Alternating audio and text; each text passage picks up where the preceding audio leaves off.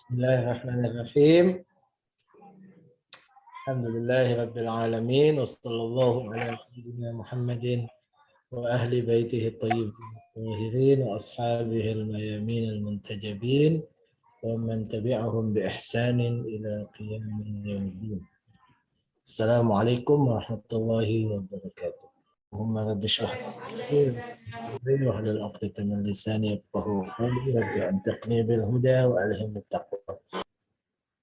Kita telah menyelesaikan pembahasan sebelumnya, yaitu hubungan yang ada antara sebuah hukum dengan mukaddimahnya, dan hari ini kita akan lanjutkan pada hubungan yang lain yang akan kita pelajari dan bisa dipahami oleh akal kita, yang masuk bagian daripada hukum akal, yaitu hubungan yang ada hubungan yang terbangun di dalam sebuah hukum itu sendiri. Artinya dalam bab ini beliau akan menjelaskan bahwa perintah yang diwajibkan kepada kita itu ada dua macam. Ada perintah yang terdiri dari sebuah pekerjaan yang tidak memiliki katakan bagian-bagian, tidak memiliki katakan ajza, tidak memiliki komponen, boleh disebut hal-hal yang tersusun. Dia hanya satu saja. Tapi ada juga yang dia terdiri dari beberapa bagian. Artinya perintahnya itu kepada sebuah pekerjaan, yang pekerjaan itu adalah tersusun dari beberapa pekerjaan. Katakan kalau kita disuruh sujud, seperti pada sujud tilawah misalnya, maka perintahnya hanya sujud. Dengan kata lain, yang disuruh adalah melakukan satu pekerjaan namanya sujud. Tapi beda dengan kita disuruh untuk sholat. Sholat itu terdiri dari beberapa pekerjaan.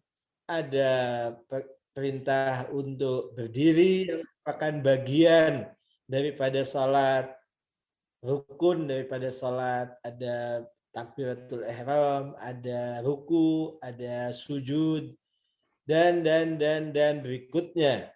Artinya sholat itu adalah perintah yang tersusun dengan atau dari beberapa bagian. Yang beberapa bagian itulah yang membentuk apa yang namanya sholat. Apa bedanya di antara keduanya? Bedanya bahwa ketika pekerjaan itu terdiri dari beberapa unsur, beberapa bagian, maka ketika kita tidak bisa melakukan satu bagiannya, ya, secara kaidah hukum akal kita akan mengatakan bahwa berarti gugur untuk melakukan pekerjaan tersebut. Misalnya wudhu itu adalah pekerjaan di mana kita wajib membasuh wajah kita, membasuh tangan kita, membasuh tangan kanan, membasuh tangan kiri, kemudian misalnya mengusap kepala dan mengusap kedua kaki. Maka ketika misalnya kita tidak bisa untuk membasuh wajah karena satu dan dua hal, apa berarti kemudian yang gugur hanya wajah saja? Artinya tidak ada kewajiban untuk membasuh wajah, tapi tetap kita diperintahkan berwudu dengan membasuh tangan kanan, tangan kiri, dan seterusnya. Ataukah karena pekerjaan itu adalah perintahnya kepada wudu, artinya membasuh 4 anggota atau 3 anggota, wajah, 2 tangan, kemudian 2 usapan, itu kepala dan kaki, atau dengan kata lain 3 juga, maka berarti dengan tidak bisa kita melakukan itu berarti gugur. Artinya ada adalah perintah tayamum misalnya. Umumnya ulama kita memahaminya demikian, bahwa sebuah perintah yang menjadi satu kesatuan itu tidak bisa kita pahami bahwa kewajibannya adalah kewajiban pada masing-masing bagian, sehingga dengan tidak bisa yang satu, yang lainnya tetap. Artinya masih ada perintah kepada yang lain. Karena itu satu kesatuan, karena itu perintahnya kepada sebuah pekerjaan namanya sholat, ya, namanya wudhu, maka di saat tidak bisa melakukan satu bagian daripada satu keutuhan itu, maka berarti gugurlah perintahnya dan mungkin ada perintah lain tambahan, gitu ya, atau pengganti alternatif, seperti misalnya perintah wudhu gugur, maka yang ada perintah tayamum misalnya. Ya. Al-alaqatul qa'imah fi dakhilil hukmil wahid. Hubungan-hubungan yang ada, yang terbangun dalam satu hukum, di dalam hukum yang satu. Qad yata'allaqul wujubu bi syai'in wahid. Ada kalanya sebuah kewajiban itu berhubungan dengan satu pekerjaan, dengan satu hal. Kawujubis sujudi, seperti kewajiban sujud. Ala kulli man sami'a ayatas sajdati. Kewajiban sujud bagi setiap orang yang mendengar bacaan ayatus sajdah. Orang yang membaca ataupun yang menyimak maka wajib untuk sujud ketika mendengar salah satu atau membaca salah satu dari 4 ayat itu. Wa qad yata'allaqu bi amaliyatin tata'allafu min ajza'a. Tapi ada pekerjaan atau perintah yang berhubungan, kewajiban yang berhubungan dengan sebuah pekerjaan yang tersusun, terdiri dari beberapa bagian. Wa tashtamilu ala af'alin muta'addidatin. Dengan kata lain, dia terdiri dari beberapa pekerjaan. Min qabili wujubis shalah, seperti kewajiban untuk melakukan sholat. Fa inna sholata amaliyatun. Sholat itu adalah sebuah pekerjaan tata'allafu min ajza'a, adalah terdiri dari beberapa bagian. Wa tashtamilu ala af'alin adidah. Dia adalah terdiri dari beberapa pekerjaan. Kal qiraati, seperti harus membaca Fatihah dan surat. Wasujudi, dan harus ada pekerjaan sujud. Warruku'i, dan pekerjaan ruku'. Wal qiyami, dan berdiri. Wat tasyahudi, dan membaca tasyahud. Wa ma ila dzalik, dan hal-hal lainnya. Wa fi hadhil halah, pada kondisi seperti ini yang kedua, tusbihul amaliyatu biwasfiha murakkabatan min tilkal ajza'i wajibatun. Maka pekerjaan yang kita beri nama sholat itu, atau yang diberi nama oleh syariat dengan nama sholat itu, adalah dengan sifatnya sebagai sesuatu yang tersusun, terdiri dari beberapa bagian, itulah yang wajib. Artinya sholat secara keseluruhan adalah wajib. Artinya semua apa yang ada di dalam bagian-bagian sholat itu wajib untuk dilakukan. Wa yusbihu kullu juz'in wajiban aidon. Sebagaimana sholat adalah wajib, maka kalau kita mau hitung satu-satu, maka masing-masing satu-satu bagian itu juga adalah kewajiban. Berdirinya wajib, takbiratul ihramnya wajib, baca Fatihahnya wajib, baca suratnya wajib, ruku wajib, sujud wajib, tasyahud wajib, dan seterusnya. Wa yutlaqu ala wujubil murakkabi, dan disebut, diberi nama atau diungkapkan pada kewajiban yang terdiri dari yang tersusun daripada bagian-bagian ini disebut dengan ismal wujub al-istiqlali. Ismal wujubil istiqlali. Disebut sebagai kewajiban yang istiqlali, mandiri. Ini tentu adalah istilah lain daripada istiqlali yang kita sebut sebelumnya. Wa yutlaqu ala wujubi kulli juz'in fihi ismal wujubid dimni. Dan bagian-bagian yang tadi kita sebut juga wajib itu, misalnya rukuknya, sujudnya, dan seterusnya, itu disebut dengan al-wujub ad-dimni. Kenapa disebut wujub dimni? Li'annal wujuba innama yata'allaqu bil juz'i biwasfihi juz'an fi dimnil murakkab. Karena kewajiban seperti kewajiban sujud, ruku, tasyahud, bacaan, dan seterusnya, itu adalah sebuah kewajiban yang berhubungan dengan bagian, tapi bukan bagian sebagai bagian sendiri. Ya, dia berhubungan dengan kewajiban, dia menjadi muta'allaqnya kewajiban itu sebagai juz, sebagai bagian dalam sebuah atau fi dhimnil murakkab, dalam sebuah kewajiban yang berhubungan dengan al-murakkab, la bisuratin mustaqillah, bukan sebagai mandiri an sa'iril ajza, dari bagian yang lain.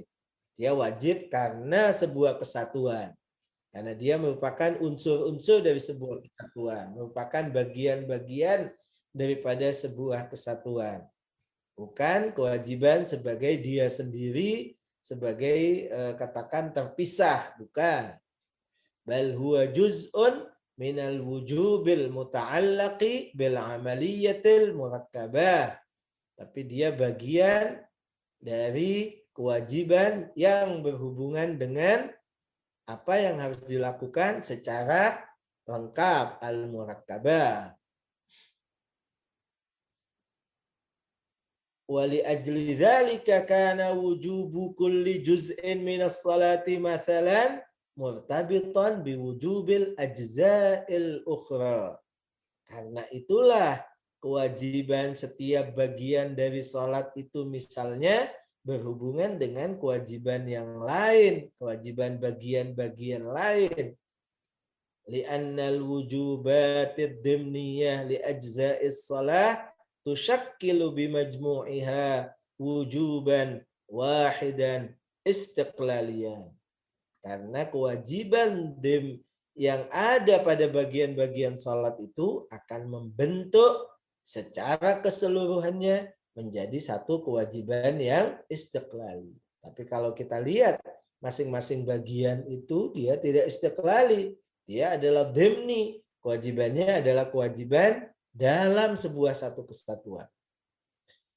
Apa yang bisa diambil kesimpulannya? Wa natijatu dzalika qiyamu alaqatit talazumi fi dakhil itar al-hukm al-wahid baina al-wujubat ad-dimniyyah fihi.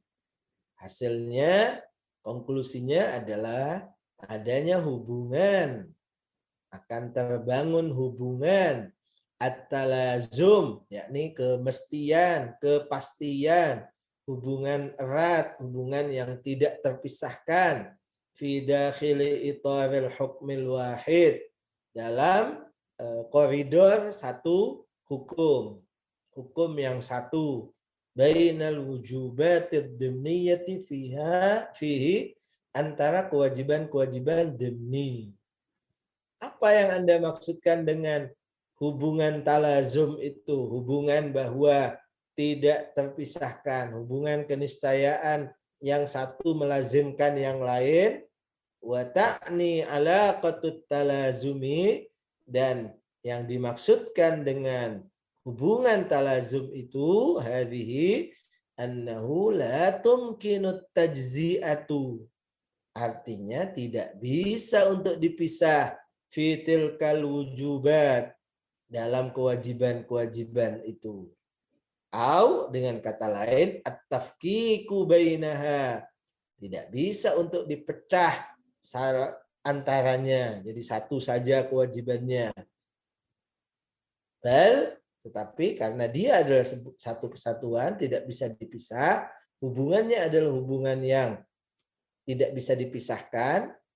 Bal idza saqata ayyu wahidin minha, tetapi ketika gugur salah satu darinya, tahattama suqutul baqi, maka menjadi niscaya gugurnya yang lain.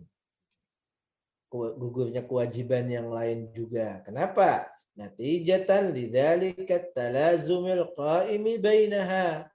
Sebagai hasil, sebagai konsekuensi daripada adanya talazum, adanya keniscayaan, hubungan yang erat yang terbangun di antaranya.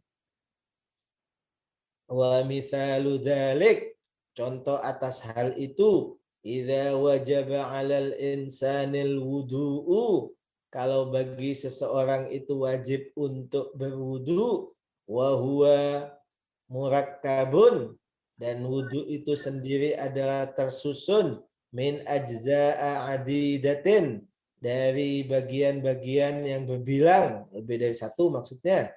Kaghaslil wajhi, seperti membasuh wajah, wa ghaslil yumna, dan membasuh tangan kanan, wa ghaslil yusra, dan membasuh tangan kiri, wa mashir ra'si, dan mengusap kepala, wa mashil qadamain, dan mengusap dua tangan.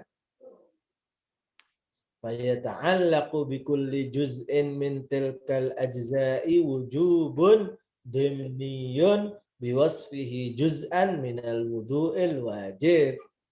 Berhubungan dengan masing-masing bagian itu, ya, dari bagian-bagian mintilkal ajza, dari bagian-bagian itu, berhubungan apa yang berhubungan? Wujubun dimniyun, kewajiban, tapi kewajiban dimni, kewajiban di dalam sebuah kesatuan.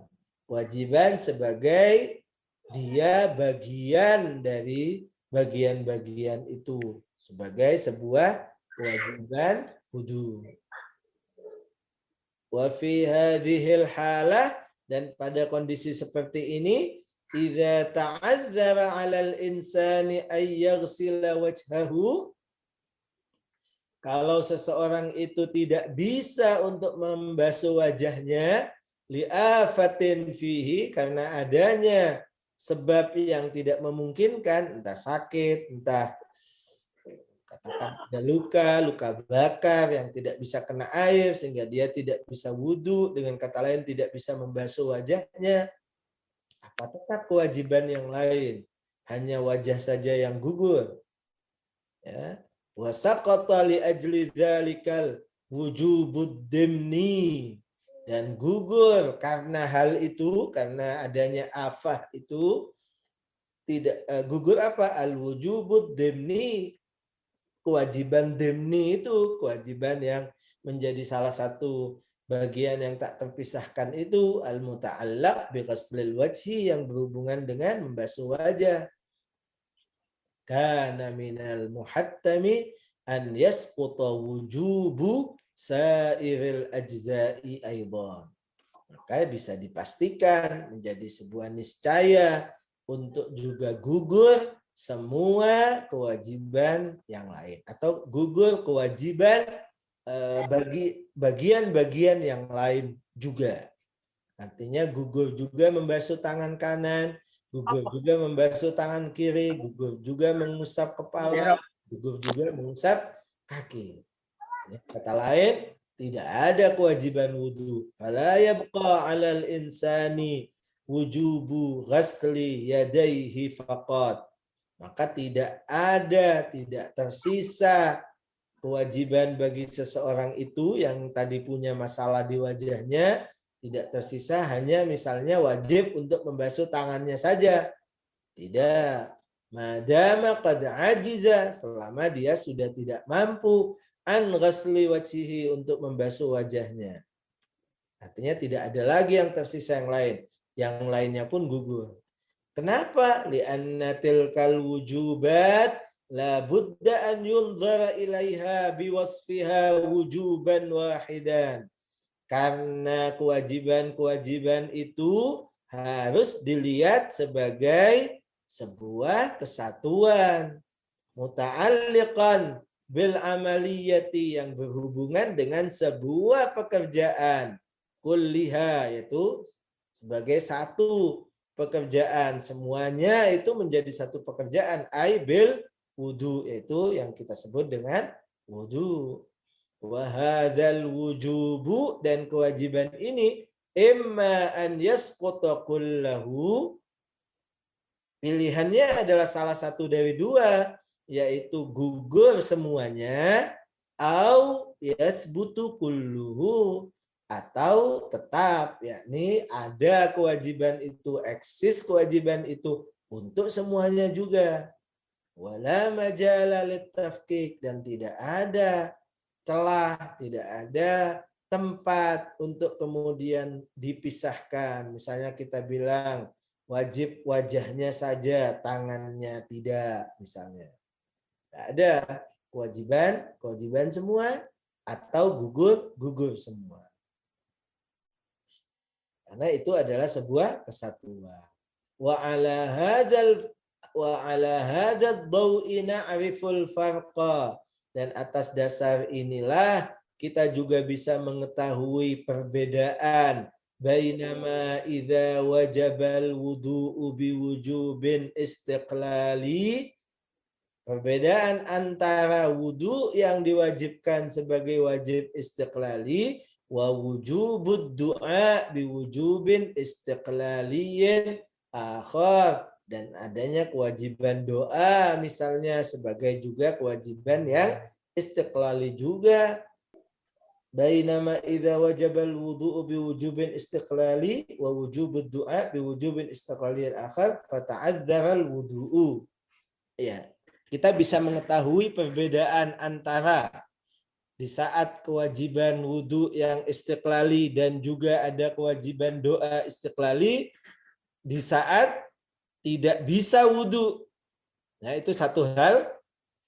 Dan kasus yang kedua, wa bainama idza wajabal wudu'u fata'adzara juz'un minhu ka ghaslil wajhi mathalan.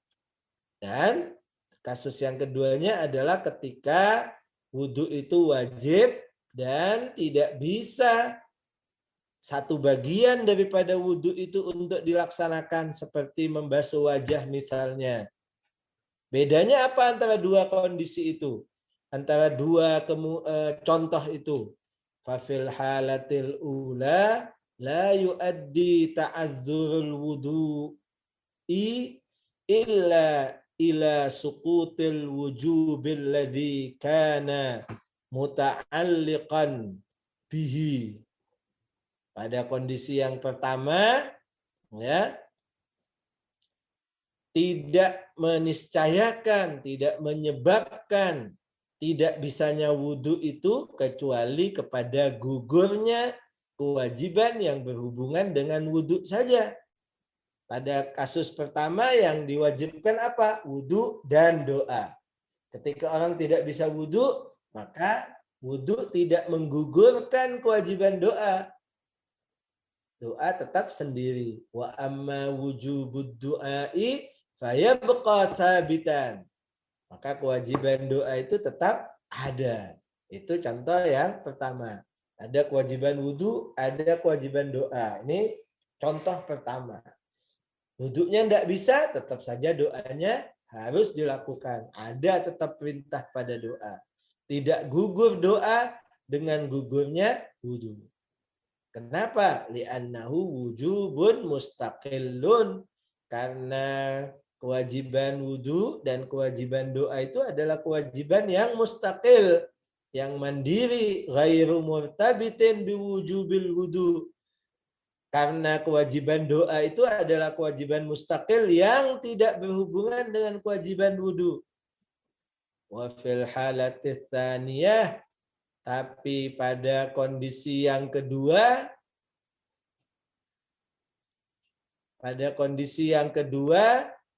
hina yata'adzaru ghuslul wajhi, di saat tidak bisa membasuh wajah, wa yasqutu wujubuhud dimni, dan gugur kewajiban dimni yang ada pada membasuh wajah itu, yu'addi dzalika ila suquti wujubil wudu.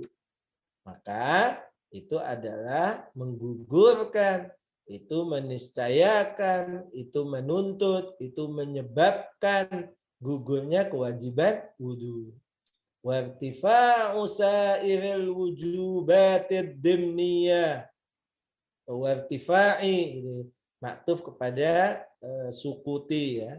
Yu'addi, dia menyebabkan terangkatnya kewajiban-kewajiban dimni yang lain. Artinya yang lainnya seperti membasuh tangan, mengusap kepala, mengusap kaki, semuanya adalah gugur. Kenapa? Karena kewajiban wudhu itu adalah bersifat satu kesatuan, dan ketika satu tidak bisa, maka yang lainnya juga gugur. Sampai di sini insya Allah jelas. Kemudian beliau memberikan sebuah pertanyaan dan kemudian beliau jawab. Yang mungkin kita bertanya atau protes, keberatan dengan kesimpulan itu, yaitu tentang sholat. Bukankah kalau orang tidak bisa misalnya membaca bacaan karena bisu misalnya. Karena bisu dia tidak bisa baca Fatihah. Baca dalam artian keluar huruf, didengar oleh dirinya, didengar oleh orang yang di sebelahnya. Apa berarti gugur semua kewajiban sholat? Enggak. Kita bilang kewajiban sholat tetap ada, tapi dia bacaannya gugur. Lah, katanya adalah dimni. Dengan gugur satu berarti gugur semua. Beliau mengatakan, ya gugur semua kewajiban sholat. Tetapi ada kemudian kewajiban lain, ada perintah lain, yaitu kewajiban sholat yang di situ tidak ada bacaan. Kenapa? Karena dia tidak ada bacaan dengan keras, maksudnya bacaan keluar. Karena dia adalah bisu, maka perintahnya adalah sholat dengan katakan diam, sholat dengan tanpa harus mengeluarkan suara. Begitu juga yang lain ya, katakan bahwa ketika orang tidak bisa sholat berdiri, maka ada perintah untuk sholat duduk. Orang tidak bisa duduk, ada perintah sholat terlentang misalnya atau miring. Orang tidak bisa untuk sujud sempurna dengan 7 anggota badannya karena sakit dan semacamnya. Gugur sholat itu, tapi gugur sholat itu ada perintah sholat lain yang mana misalnya menghilangkan kewajiban itu. Wal qad taqulu, kamu mungkin bertanya, nahnu nara annal insan yukallafu bis shalah.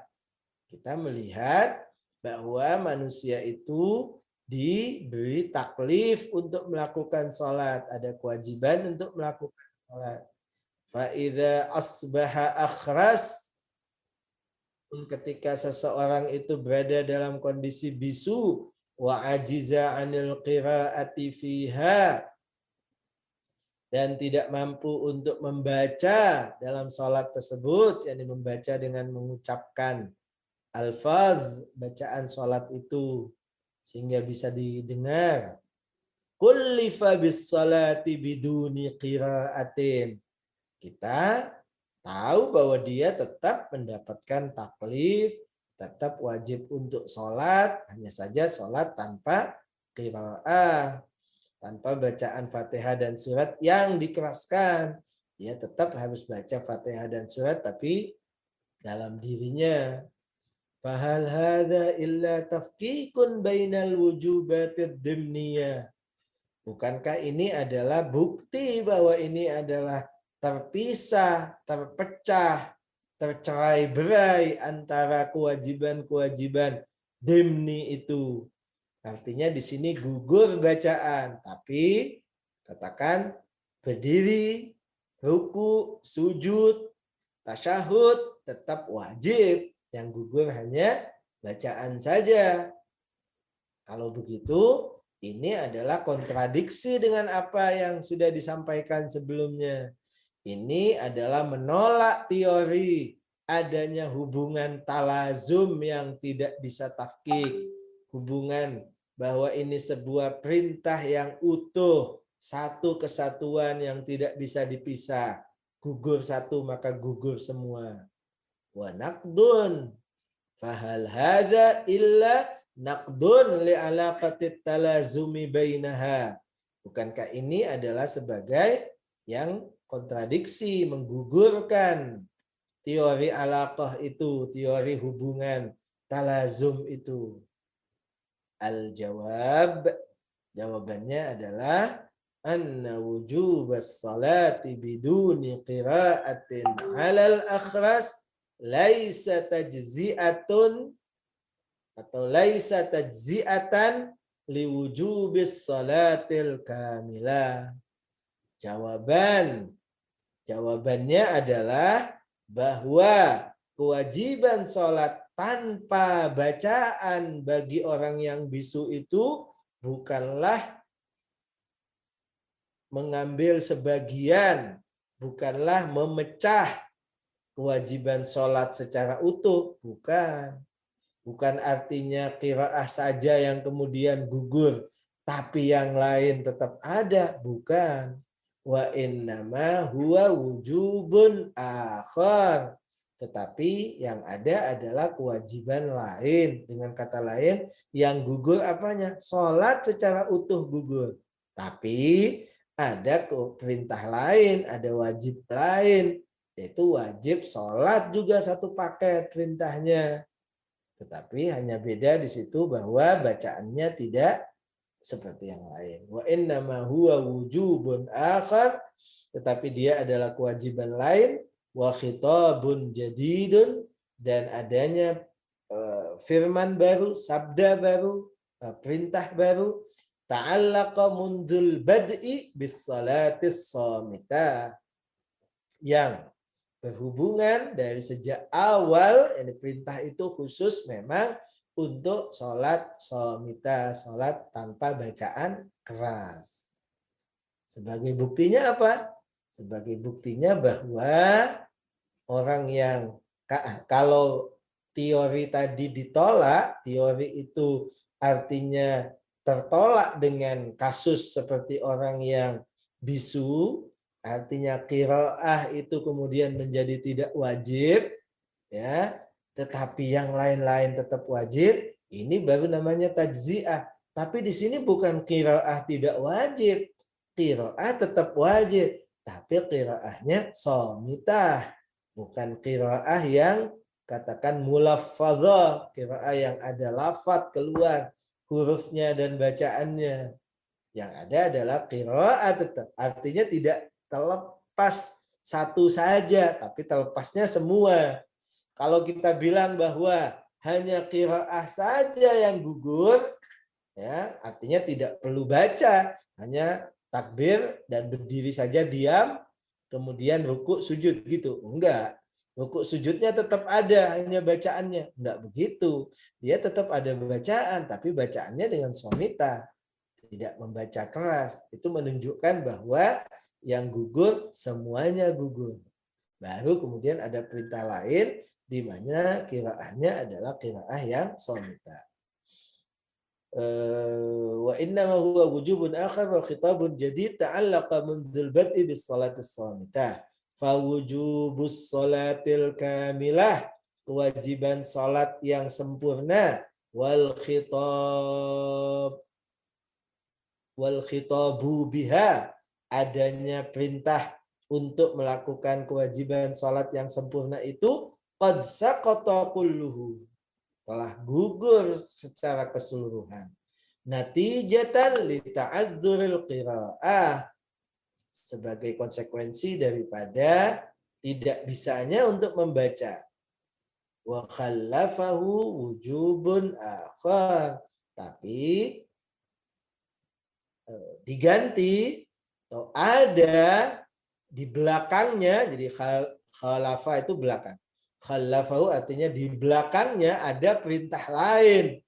Dia dibuntuti oleh, ya, dia adalah diakhiri oleh satu perintah lain, yaitu wujubun akhar wa khitabun jadid, perintah baru, yaitu salat utuh juga, tapi hanya bedanya ini salat dengan qiraah shamitah. Alhamdulillah.